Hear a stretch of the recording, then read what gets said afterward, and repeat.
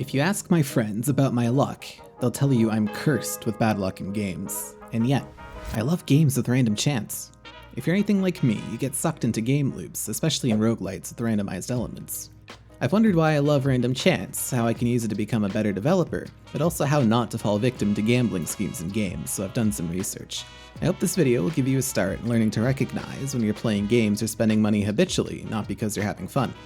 This video will cover some heavier topics, like some of the mechanics behind gambling addiction, which I'm not qualified to give advice about in the slightest. I'm a wannabe software developer. I don't think any of my university courses even counted as social science credits. I'm merely a curious observer who's presenting some interesting findings that you, another curious observer, might also find interesting.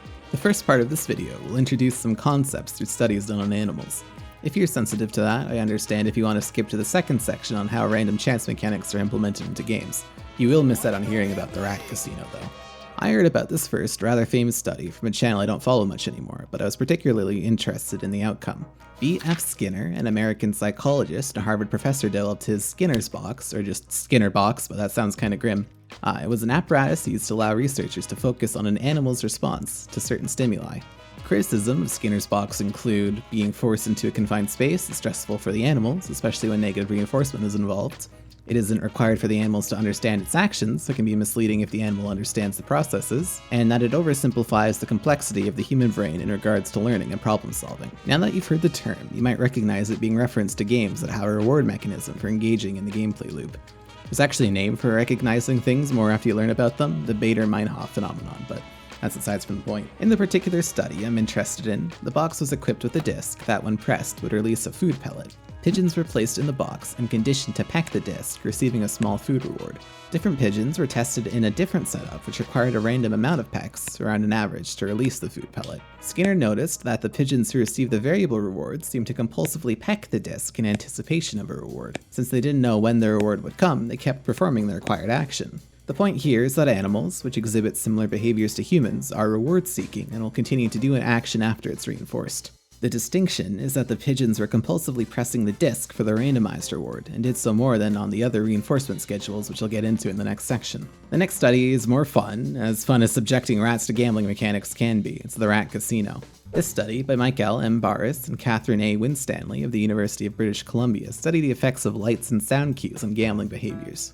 In this task, 32 out of 48 total Long Evans rats were tested and presented with 4 options, loosely based on the Iowa gambling task. The Iowa gambling task is a psychological task designed to simulate real-life decision-making. Essentially, the player is presented with 4 decks, each of them holding cards that will either penalize or reward them using game money. 2 of the decks can pay out more money but have higher penalties inside, while the other 2 decks have a lower payout but significantly lower penalties. In the example I played online, the risky decks could pay out $100 but could also penalize you for $250, whereas the low reward decks could pay $50 but only fine you $50 as well. The idea is that the penalties in the risky deck outweigh the rewards, so rational participants will choose the decks with the smaller rewards since they give a better long-term payout. The rats had a similar setup, using nose pokes and 4 options, but it would dispense sugar pellets. Instead of deducting money as a punishment, a timeout would occur, preventing the rat from attempting again.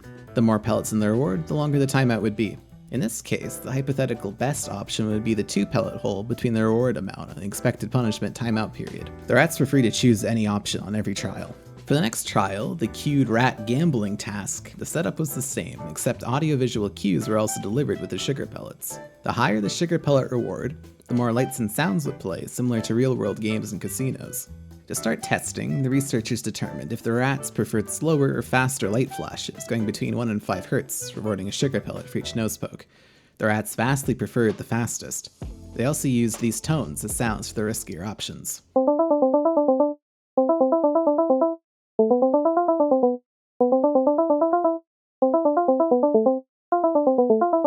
The researchers used the remaining 16 rats as a control group. They had the same setup as the cued group, flashing lights and sounds when choosing riskier options, but they were only given 1 pellet per nose poke and didn't have a timeout period. The chart on the right shows a small but not significant preference for P4, which had the fastest lights and sounds. The chart on the left shows that the rats had a preference for P2, the optional choice, before the lights and sounds were added. However, after they were added, they shifted away from P2 to preferring P3 and P4 with the stronger cues, even though the sugar pellet reward didn't change. To tie this back to gaming, there's a game that I didn't understand why it was so captivating to some people. I had fun playing the game, but only for a couple runs at a time, not hours on end or grinding it. This game also happened to be developed by someone who used to work in the mobile gaming industry, Luca Galante, the developer of Vampire Survivors. Now, Luca clearly has better morals than the rest of the gambling industry, since Vampire Survivors doesn't feature any gambling mechanics with real currency, nor does he ever plan on including them. He even had a hard time finding a mobile publisher, since he didn't want to add predatory mechanics in. But what happens when you open a chest in the game? What about when that chest has a bigger reward? The chests in Vampire Survivors also come on an expected schedule. You know when the enemies that drop the chests will spawn, but the reward is varied. I think Luca excellently brought over some behavior reinforcement from his past experience. Combine that with the power scaling and random level up rewards, you get to choose from a small list of items every time you level up, the sensory overload between the satisfying monster slaying sounds and item pickups, and constant unlocking of weapons is what I now think got some people so hooked to Vampire Survivors. So, if the rats are anything to go by, humans are also susceptible to audiovisual cues and might be encouraged to engage in riskier behavior to experience them again. That leads us to the next section and how random chance is implemented into games. The thing I saw most repeated online as the culprit behind random chance-seeking behavior is called the variable ratio reinforcement schedule. From what I read, there's two reinforcement schedule types, continuous and partial reinforcement. Continuous reinforcement is just rewarding a behavior every time it happens, like that little clink when landing a headshot or earning currency in a game for completing a mission. To encourage or discourage a certain behavior, you reward or punish the player with something every time that behavior occurs. Humans are generally reward-seeking creatures, driven to experience pleasure and avoid pain.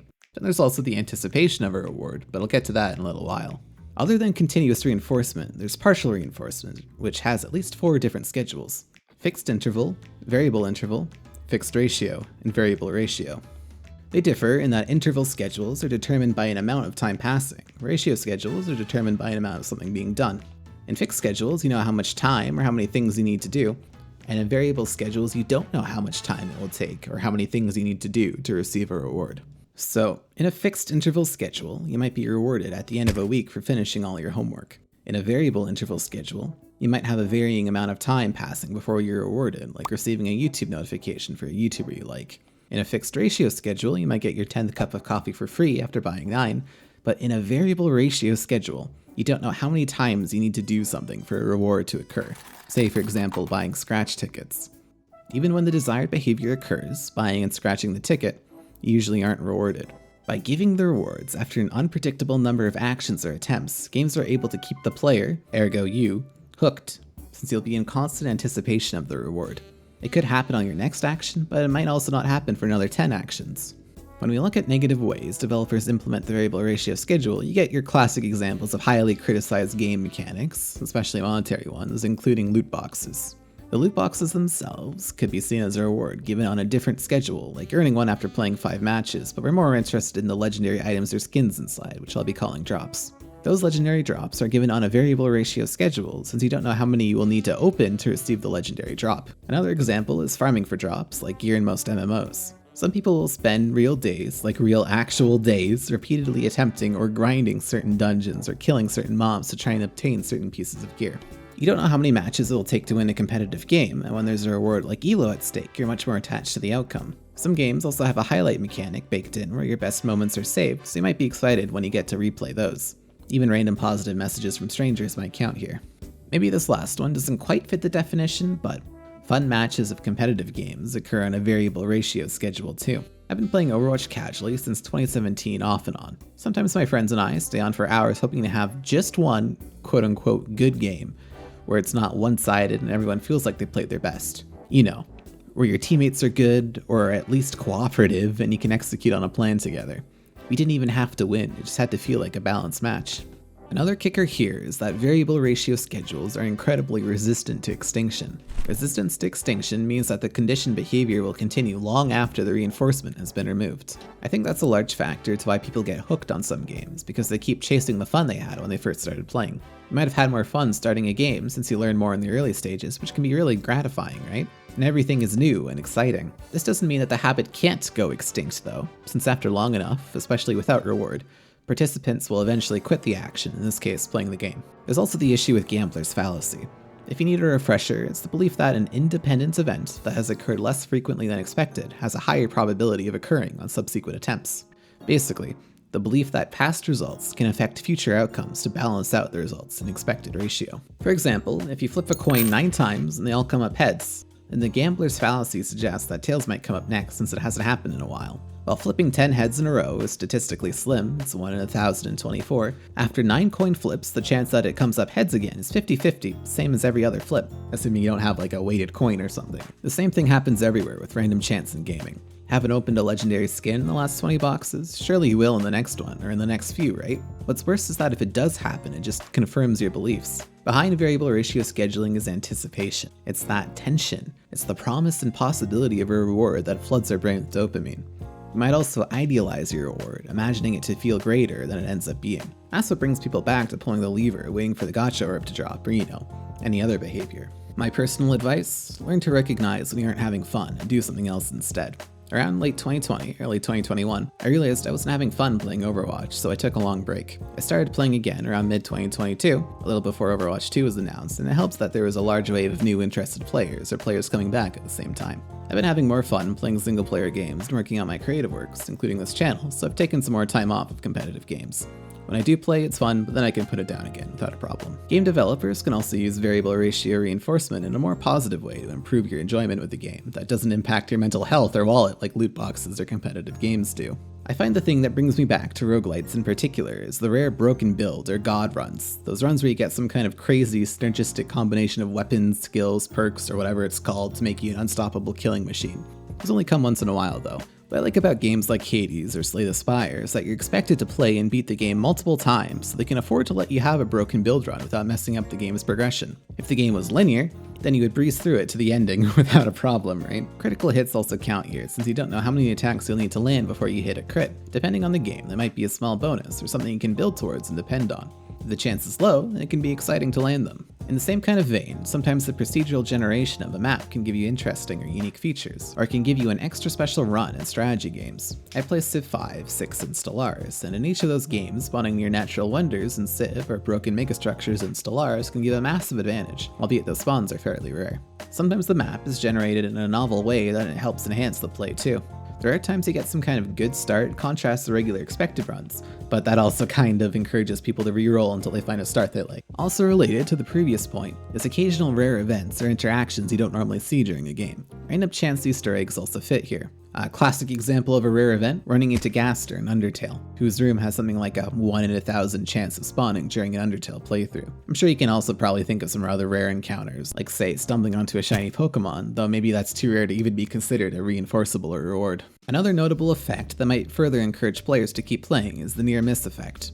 I didn't find any empirical evidence of this, but it's a fairly commonly shared experience. The near miss effect encourages players to continue an effort because they perceive that they almost succeeded, even warping the player's perceptions that a game of luck is actually a game of skill. For example, a study done on Candy Crush players found that their arousal during near misses, where the game exclaimed they're only 1 or 2 moves away from winning, was higher than during a loss. Or even playing games like Craps, where you're trying to make certain dice roll value. If you're 1 or 2 off of what you tried to roll, that's a near miss. Speaking of Craps, a 2009 paper in the journal Neuron found that near misses activate the same reward system in the brain as in actual gambling wins, while also increasing heart rate and dopamine in the brain, especially when there's a short time between making the bet and actually playing the game. This effect is utilized well in games of skill, like any Souls games or games with difficult boss fights where you might feel encouraged to retry a boss after coming close to beating them. The issue is when you start to confuse luck with skill. Going back to the Craps example, if you rolled 1 value off of what you wanted, you might rationalize you're playing well today and might be encouraged to try again. The same Neuron paper also found that gamblers have an inflated confidence when they perform the related action, like rolling the dice or pulling a slot machine lever as opposed to when the dealer does it. When you get invested into something, you might also find yourself falling victim to the sunk cost fallacy, so here's a quick refresher on that too. The sunk cost is a cost you've already put into something that you can't recover.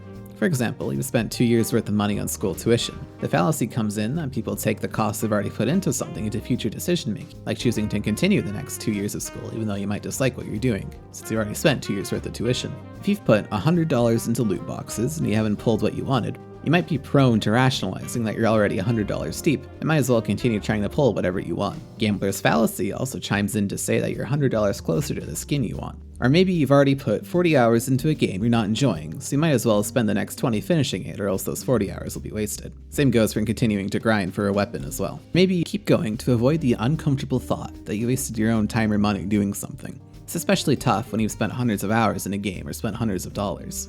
On the flip side, if you lose money and are trying to win it back, you could be chasing your losses. Most of the time you end up further in debt, which deepens the cycle. Or you know how sometimes in a microtransaction shop, you might end up with a few extra currency, which isn't enough to buy something else? If you don't want those points to go to waste, even though you already bought everything you wanted, that's the sunk cost fallacy. Personally, I need to be aware of the sunk cost fallacy if I want to work in game development, since some projects might not be worth the effort I'm putting in.